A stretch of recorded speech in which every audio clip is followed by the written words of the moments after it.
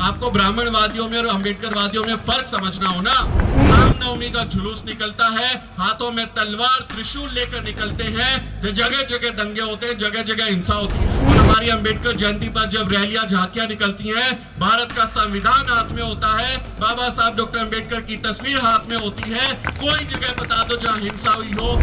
आपको याद होगा बिल्किस बानो का बलात्कार हुआ, उनके बलात्कारियों को बाहर छोड़ दिया गया, कहा गया कि संस्कारी ब्राह्मण है, उनके अच्छे संस्कार थे इसलिए छोड़ देते। आपके लोग जो है वो यहाँ से मंत्र मार के बता दें कि कौन सा ग्रह कहाँ पे, कौन से ग्रह पे खनिज है, कौन से ग्रह पे जो है वहां पर जीवन मिल रहा है, कौन से ग्रह पर जो है अच्छी आपके लिए वायुमंडल है, आप में शक्तियां हैं तो बताइए ना कि कहाँ चोरी होने वाली है, आप चोर को पहले पकड़वाइए। आप में शक्तियां हैं तो बताइए कि किस महिला के साथ अपराध होने वाला है, पुलिस को फोन कर दीजिए, पहले पुलिस पहुंच जाएगी। आप कहते हैं आपका पुष्पक विमान जो है वो बिना तेल के उड़ा करता था, वो जाता था बिना तेल पानी के चलता था, आज कहाँ चला गया? ले आइए ना। आप जो है 100 रुपए यहाँ पे सीएनजी कर दिया है, 110 रुपए पेट्रोल हो गया है, आप लेके आइए उस पुष्पक विमान को जिसमें हम लोग भी बैठेंगे। आप अपना हिंदू राष्ट्र बनाने की बात करते रहिए, आपको ऐसा हिंदू राष्ट्र बनाने की बात करते हैं कि जहां पर आपके लोग राज करेंगे, तो मैं आपको चैलेंज करता हूं, एक ऐसा गांव बनाकर दिखा दो जहां पर जो है सारे के सारे लोग जातियों को भूल गए हैं। हिंदू राष्ट्र तो दूर की बात है, आप एक गांव बनाकर दिखा दीजिए जहां जातियों में लोग नहीं बटे, जहां सब लोग आपस में रोटी बेटी का संबंध करते हैं, जिसके साथ कोई भेदभाव नहीं होता, वो आदर्श गांव बना के दिखा दीजिए। फिर आपके शहर में आना और बाबा साहेब डॉक्टर अंबेडकर की जयंती मनाना मेरे लिए गर्व की बात है, और ऐसी शख्सियतों के साथ मन साझा करना और ऐसी हमारी महिला शक्ति के साथ बैठकर अपने विचारों पर बात करना मेरे लिए गर्व की बात है। आप सबको बहुत बहुत शुक्रिया। जय भीम। लग रहा है थोड़ी नींद आ गई आप लोगों को, काफी देर से कार्यक्रम चल रहा है और मुझे लग रहा है थोड़ा नींद आ गई है, इसलिए एक छोटी सी कहानी सुनाता हूं, उसके बाद अपनी बात को आगे बढ़ाऊंगा। कहानी ये है कि 4 दोस्त होते हैं, हॉस्टल में रहते हैं, चारों अलग अलग कमरों में रहते हैं, सबकी जातियां अलग अलग होती हैं। एक ब्राह्मण दोस्त होता है, एक बनिया दोस्त होता है, एक ठाकुर दोस्त होता है और एक हमारा दलित बहुजन दोस्त होता है।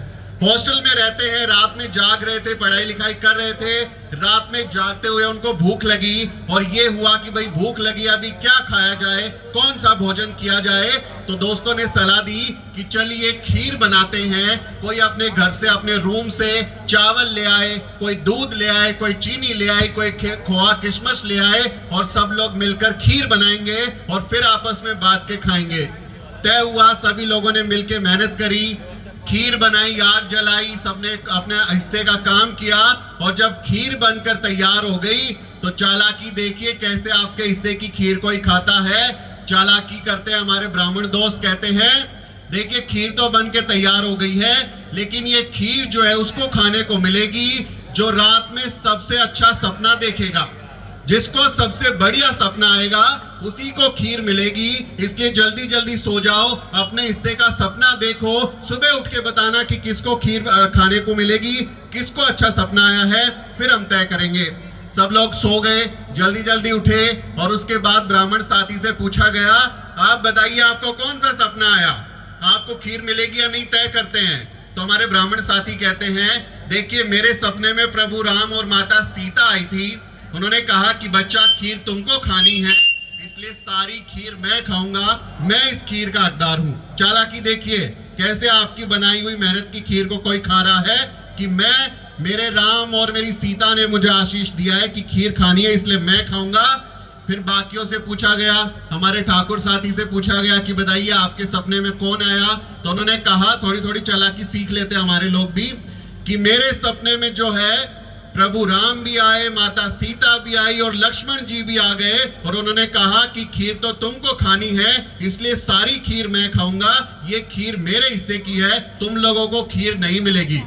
उसके बाद हमारे बनिया साथी से पूछा गया कि भैया आप भी बता दो क्या देखा सपने में। तो जो है सपने में हमारे बनिया साथी देखते हैं, वो कहते हैं मेरे सपने में प्रभु राम, माता सीता, लक्ष्मण और हनुमान जी भी आ गए और चारों ने कहा कि बच्चा खीर सिर्फ तुमको खानी है इसलिए सारी खीर मेरी है, तुम लोगों का खीर पे कोई हिस्सा नहीं है। तो हमारे जो दलित बहुजन साथी थे वो भी देख रहे थे, वो भी सपना देख के आए हैं। उनसे पूछा गया कि अच्छा बताइए आपके सपने में कौन आया। क्या सपना आपने देखा कि आपको खीर खाने को मिलेगी कि नहीं मिलेगी? तो हमारे दलित बहुजन साथी कहते हैं, मेरे सपने में रात में बाबा साहब डॉक्टर अंबेडकर आए थे। उन्होंने कहा, हे मूर्ख उठ जा, सदियों से सो रहा है, तेरी खीर कोई और खा रहा है। इसलिए मैं रात में उठा और अपने हिस्से की खीर मैंने खा ली। इसलिए हमें खीर अपने हिस्से की खानी है। नींद को छोड़ दीजिए, जाग जाइए, आपकी खीर कोई और खा रहा है, उसको खाने नहीं देना है, चालाकी को समझना है। मुझे लगता है आपकी थोड़ी नींद टूटी होगी।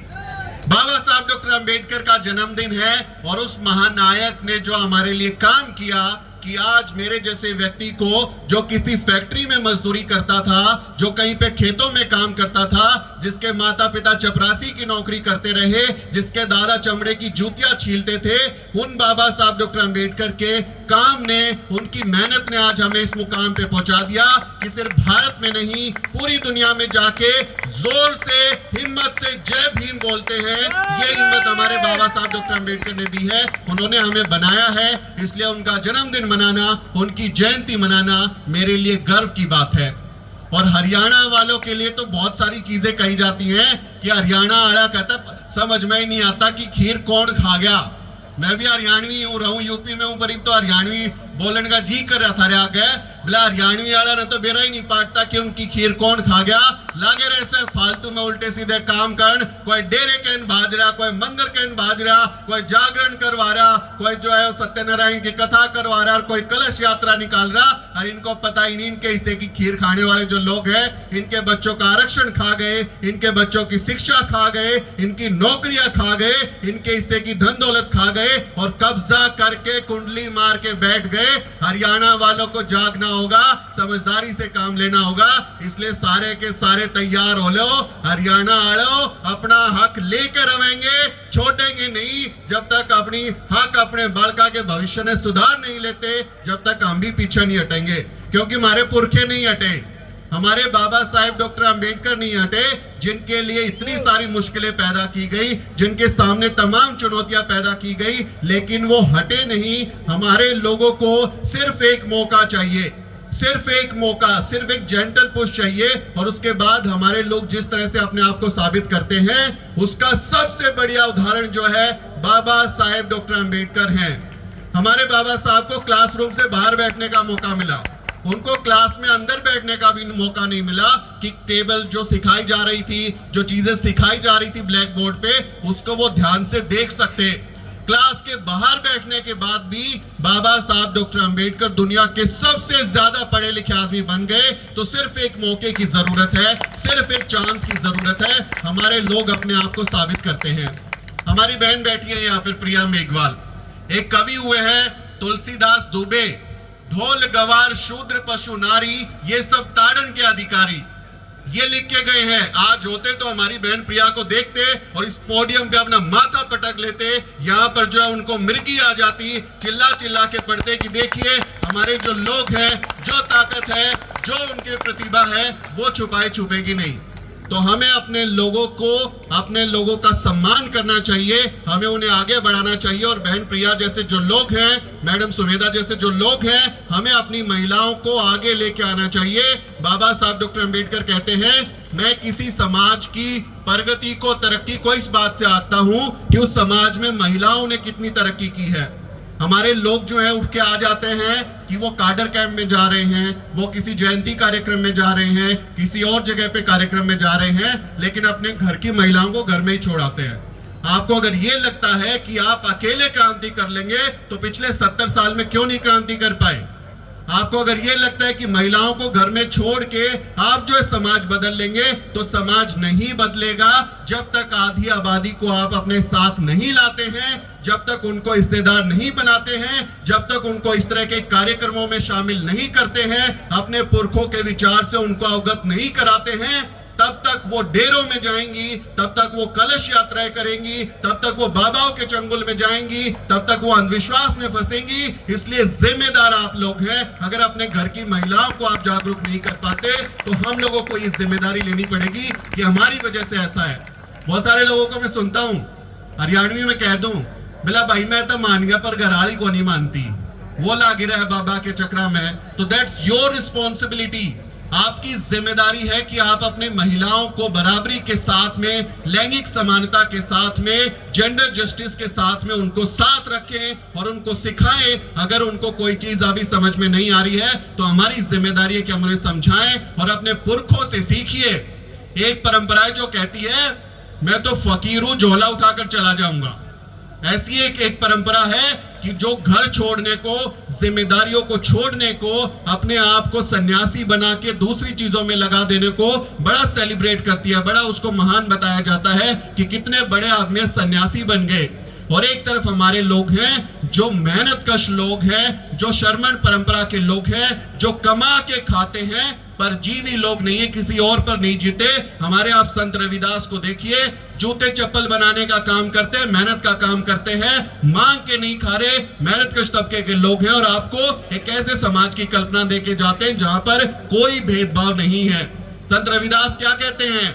ऐसा चाहूं राज में जहां मिले सबन को अन्न, छोट बड़े सब सम बसे रहदास रहे प्रसन्न। तो ऐसे समाज की कल्पना हमारा आदमी करता है, वो भी मेहनत करते हुए, वो भी अपने हिस्से का काम करते हुए, मांग के नहीं खाने वाले।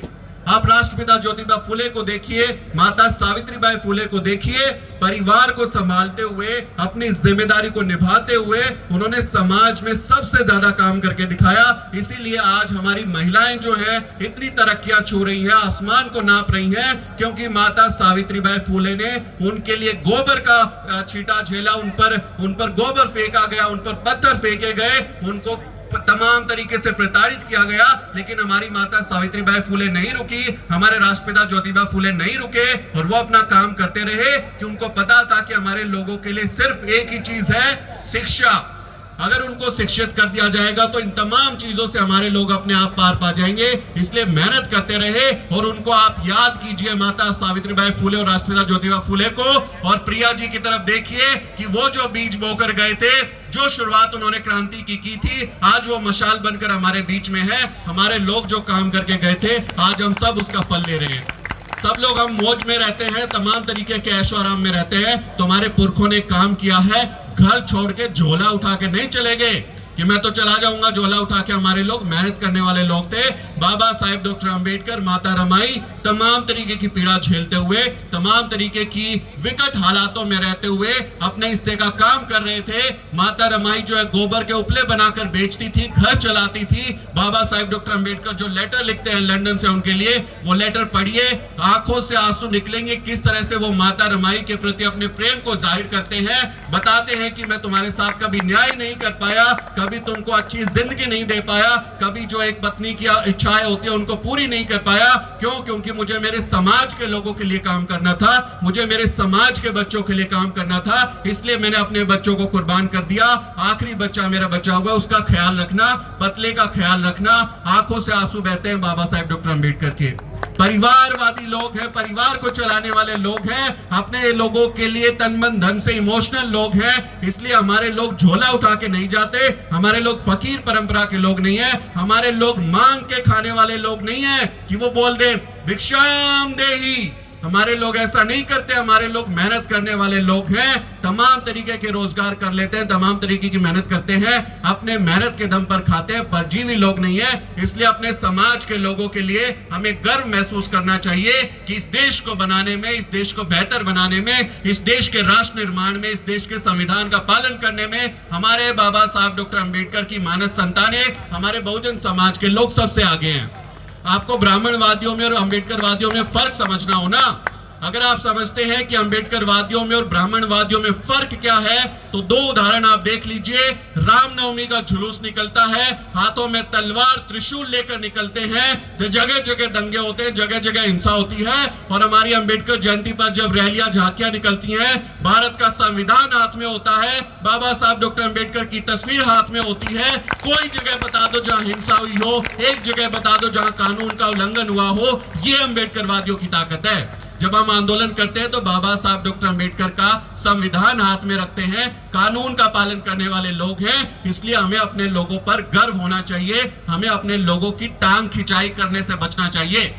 इन दिनों में जहां जाता हूं ये बात जरूर कहता हूं कि हमारे जो लोग हैं वो एक दूसरे की इतनी ज्यादा टांग खिंचाई करने लगते हैं कि ये कम अंबेडकरवादी है, ये थोड़ा सा ज्यादा अंबेडकरवादी है। डॉक्टर लक्ष्मण यादव उससे कहते हैं कि वो 24 कैरेट का अम्बेडकरवादी ढूंढते हैं, 22 कैरेट का अम्बेडकरवादी उनको नहीं चाहिए। मिलावटी आरोप लगते हैं, कहेंगे कि ये तो समाज का गद्दार है। हमारे व्यक्ति अगर अम्बेडकरवाद की राह पर चलना शुरू कर रहे हैं तो आप उन्हें सम्मान से बात कीजिए। वो भले ही आज कम समझ रहा होगा अम्बेडकरवाद को, एक दिन आएगा कि वो समझेगा, लेकिन जिस दिन आप उसको गाली देते हैं, जिस दिन आप उसका अपमान करते हैं, वो अपने समाज से, आपके लोगों से दूर हो जाता है। इसलिए हमारी जिम्मेदारी है कि हम अपने लोगों से प्यार से बात करें, उनकी हौसला अफजाई करें। हर कोई अम्बेडकरवादी पैदा नहीं होता, अम्बेडकरवादी बनते हैं, बाबा साहब डॉक्टर अम्बेडकर को पढ़ते हैं, अपने विचारकों से मिलते हैं, अपनी सदियों की परंपरा को समझते हैं, तब जाके अम्बेडकरवादी बनते हैं। एक वक्त था जब मैं किसी मंदिर में घंटी बजाता था, हवन कीर्तन करता था, अपनी जिंदगी का लंबा हिस्सा मैंने धार्मिक चीजों में लगा दिया। बाबा साहब डॉक्टर अम्बेडकर को जब पढ़ा, समझे, तो हाथ पे जो ओम लिखवाया था वहां बुद्ध की प्रतिमा आ गई। तो ओम से बुद्ध का सफर हम लोग तय करते हैं, राम से बुद्ध का सफर तय करते हैं। वक्त लगता है, हथेली पर सरसों नहीं जमती, समय लगता है। जिस तरह तथागत बुद्ध को ज्ञान की प्राप्ति हो गई, जिस दिन हमारे लोगों को ज्ञान की प्राप्ति हो जाएगी, जिस दिन वो एनलाइटन हो जाएंगे, उनको समझ आ जाएगा कि उनके हिस्से की खीर कौन खा रहा है, कौन उनकी मेहनत को चुरा रहा है, उस दिन हमारे लोग भी जो है मुखर हो जाएंगे, विरोध करेंगे, रास्ते पर आ जाएंगे। इसलिए हमें अपने लोगों का सम्मान करना चाहिए, उनका हौसला बढ़ाना चाहिए, ना कि उनको गालियां देनी चाहिए। आपको याद होगा बिल्किस बानो का बलात्कार हुआ, उनके बलात्कारियों को बाहर छोड़ दिया गया, कहा गया कि संस्कारी ब्राह्मण है, उनके अच्छे संस्कार थे इसलिए छोड़ देते हैं। हाथरस में केस हुआ, उसकी पंचायत जो है आरोपियों के पक्ष में पंचायत कर रहे हैं, अपने लोगों का जो है वो बचाव कर रहे हैं। आप सोचिए, वो बलात्कारियों के साथ खड़े हैं, वो अपराधियों के साथ खड़े हैं, वो हत्यारों के साथ खड़े हुए हैं, तो क्या आप और मैं अपने समाज के पीड़ित लोगों के साथ नहीं खड़े हो सकते? क्या हम अपने समाज के पीड़ित लोगों के साथ खड़े नहीं होने चाहिए? वो बलात्कारियों का बचाव कर रहे हैं तो हम कम से कम अपने पीड़ित समाज के साथ में अपने लोगों के साथ खड़े होने चाहिए। ये हमारी जिम्मेदारी है कि हम इस बात को समझें। मैं चूंकि जर्नलिज्म से जुड़ा हूं तो आखिरी बात जर्नलिज्म पर कहता हुआ चला जाता हूं कि मैं भारत के अलग अलग मीडिया स्कूलों में पढ़ाई की, बड़े मीडिया स्कूल से पढ़ाई की और अलग अलग चैनलों में काम किया।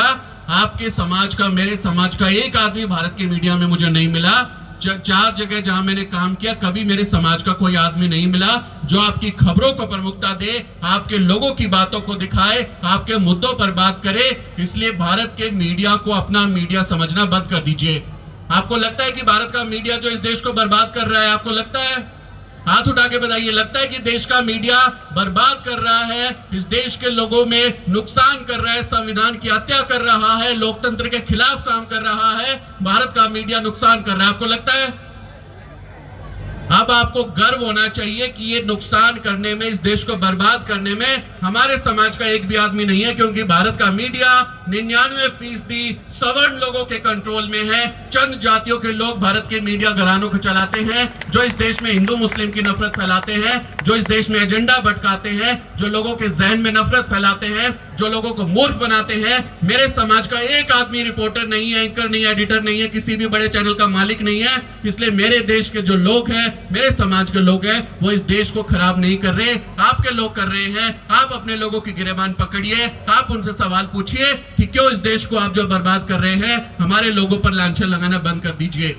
इसलिए आपसे अपील है कि भारत के मीडिया को जब आप देखें तो उसके जातिवादी चरित्र को भी देखिए कि कौन है जो आपके जहर फैला रहा है, कौन नफरत भड़का रहा है, कौन आपके बच्चों के भविष्य से खिलवाड़ कर रहा है, कौन जो है ये चाहता है कि आप जो है तमाशे में ही लगे रहे, आपको सुबह सुबह तारे सितारे दिखा दे, आपको सुबह भाग्यवाद में फंसा दे और कह दे कि आप जो है वहां तेल चढ़ा दीजिए, वहां पे फूल चढ़ा दीजिए, वो दाल चढ़ा दीजिए, उसको ये कर लीजिए, आपको भाग्य की प्राप्ति हो जाएगी, आपको धन मिल जाएगा।